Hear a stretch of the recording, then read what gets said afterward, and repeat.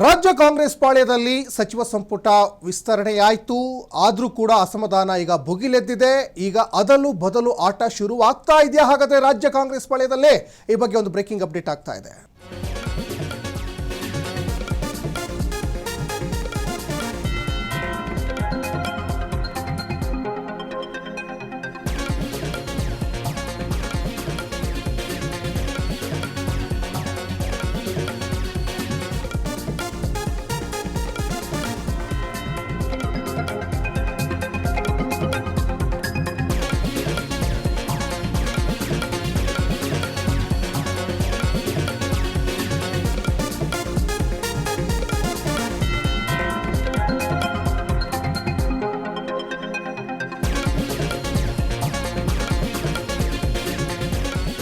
ರಾಜ್ಯ ಕಾಂಗ್ರೆಸ್ ಪಾಳ್ಯದಲ್ಲಿ ಬಂಡಾಯದ ಮಧ್ಯೆ ಮತ್ತೊಂದು ಟ್ವಿಸ್ಟ್ ಈಗ ಸಿಗ್ತಾ ಇದೆ.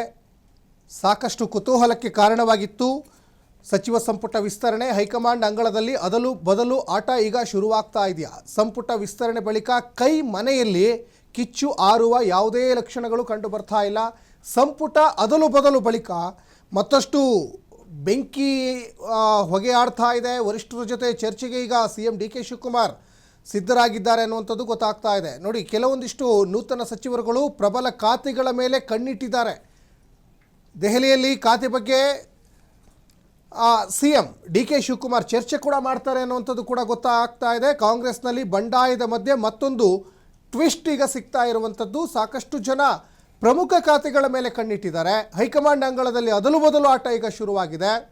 ಸಂಪುಟ ವಿಸ್ತರಣೆ ಬಳಿಕ ಕೈ ಮನೆಯಲ್ಲಿ ಈಗ ಕಿಚ್ಚು ಜಾಸ್ತಿ ಆಗ್ತಾ ಇದೆ. ಅಸಮಾಧಾನ ಈಗ ಸಾಕಷ್ಟು ಜಾಸ್ತಿ ಆಗ್ತಾ ಇದೆ. ಅಸಮಾಧಾನದ ಬೆನ್ನಲ್ಲೇ CM DK ಶಿವಕುಮಾರ್ ದೆಹಲಿ ಕಡೆ ಈಗ ಪ್ರಯಾಣ ಮಾಡಲಿಕ್ಕೆ ಪ್ಲ್ಯಾನ್ ಮಾಡ್ಕೊಂಡಿದ್ದಾರೆ. ಯಾಕಂದರೆ ಒಂದು ಕಡೆ ಈಗ ವರಿಷ್ಠರ ಏನು ವಿಚಾರಗಳು ಏನಿರ್ತಾವಲ್ಲ, ವರಿಷ್ಠರ ಮನಸ್ಸಲ್ಲಿ ಏನಿದೆ ಅನ್ನುವಂಥದ್ದು ಕೂಡ ಈಗ ಗೊತ್ತಾಗಬೇಕಾಗ್ತದೆ. ಯಾಕಂದರೆ ಏಕಾಏಕಿಯಾಗಿ ರಾಜ್ಯ ನಾಯಕರು ತೀರ್ಮಾನ ಮಾಡಲಿಕ್ಕೆ ಆಗೋದಿಲ್ಲ. ಒಂದು ಯಾವುದೇ ಒಂದು ನಿರ್ಧಾರ ಮಾಡಬೇಕಾದ್ರೂ ಕೂಡ ಹೈಕಮಾಂಡ್ ನಿರ್ಧಾರವೇ ಫೈನಲ್ ಆಗಿರ್ತದೆ. ಹಾಗಾಗಿ ಈಗ ಸಮಾಜ ಕಲ್ಯಾಣ ಖಾತೆ ಮೇಲೆ ಬಹಳ ದಿನಗಳಿಂದನೂ ಕೂಡ KH ಮುನಿಯಪ್ಪ ಕಣ್ಣಿಟ್ಟಿದ್ದಾರೆ. ಅವರ ಆಲ್ರೆಡಿ ಮೊದಲ ಲಿಸ್ಟಲ್ಲಿ ಅವರ ಹೆಸರಿತ್ತು. DK ಶಿವಕುಮಾರ್ ಜೊತೆನೇ ಅವರು ಕೂಡ ಪ್ರಮಾಣ ವಚನ ಸ್ವೀಕಾರ ಮಾಡಿದರು. ಅವರು ಸಮಾಜ ಕಲ್ಯಾಣ ಇಲಾಖೆ ಮೇಲೆ ಕಣ್ಣಿಟ್ಟಿದ್ದಾರೆ. ಜೊತೆಗೆ ಈಗ ಮೊನ್ನೆ ಸಚಿವ ಸಂಪುಟಕ್ಕೆ ಸೇರ್ಪಡೆಯಾದಂತಹ ಶಿವರಾಜ್ ತಂಗಡಿಗೆ ಅವರು ಕೂಡ ಕಣ್ಣಿಟ್ಟಿದ್ದಾರೆ. ಜೊತೆಗೆ ಮಳವಳ್ಳಿ ಶಾಸಕ ನರೇಂದ್ರ ಸ್ವಾಮಿ ಕೂಡ ಆ ಖಾತೆ ನನಗೆ ಬೇಕು ಅಂತ ಕಣ್ಣಿಟ್ಟಿದ್ದಾರೆ. ಒಂದು ಖಾತೆ ಮೇಲೆ ಹಲವು ಸಚಿವರು ಈಗ ಆಸೆ ಪಡ್ತಾ ಇರೋದ್ರಿಂದ ಏನಾಗ್ಬೋದು ನೋಡಿ. ಇಷ್ಟು ದಿವಸ ಸಚಿವ ಸಂಪುಟ ವಿಸ್ತರಣೆ ಆಗಿಲ್ಲ ಅನ್ನುವಂಥ ಒಂದು ಟೆನ್ಷನ್ ಆಗ್ತಾ ಇತ್ತು. ಸಚಿವ ಸಂಪುಟ ವಿಸ್ತರಣೆ ಆದಮೇಲೆ ಈಗ ಖಾತೆಗೋಸ್ಕರ ಖ್ಯಾತೆಗಳು ಈಗ ಶುರುವಾಗ್ತಾ ಇದ್ದಾವೆ. ಸಿದ್ದರಾಮಯ್ಯನವರ ಸಂಪುಟದಲ್ಲಿ ಸಾಕಷ್ಟು ಜನ ಸಚಿವರುಗಳಿದ್ರಲ್ಲ, ಅವರು ಅಗೇನ್ ಈಗ DK ಸಂಪುಟಕ್ಕೂ ಕೂಡ ಈಗ ಸೇರ್ಪಡೆಯಾಗಿದ್ದಾರೆ. ಅದೇ ಖಾತೆಗಳನ್ನು ಅಗೇನ್ ಅವರಿಗೆ ಸಿಗ್ತದ. ಚೆಲುವರಾಯಸ್ವಾಮಿ ಕೃಷಿ ಸಚಿವರಾಗಿದ್ದರು, ಇಲ್ಲಿ ಕೂಡ ಅದೇ ಸಿಗ್ಬೋದಾ ಗೊತ್ತಿಲ್ಲ. ಹೈಕಮಾಂಡ್ ಏನು ನಿರ್ಧಾರ ಮಾಡುತ್ತೆ ಅಂತ.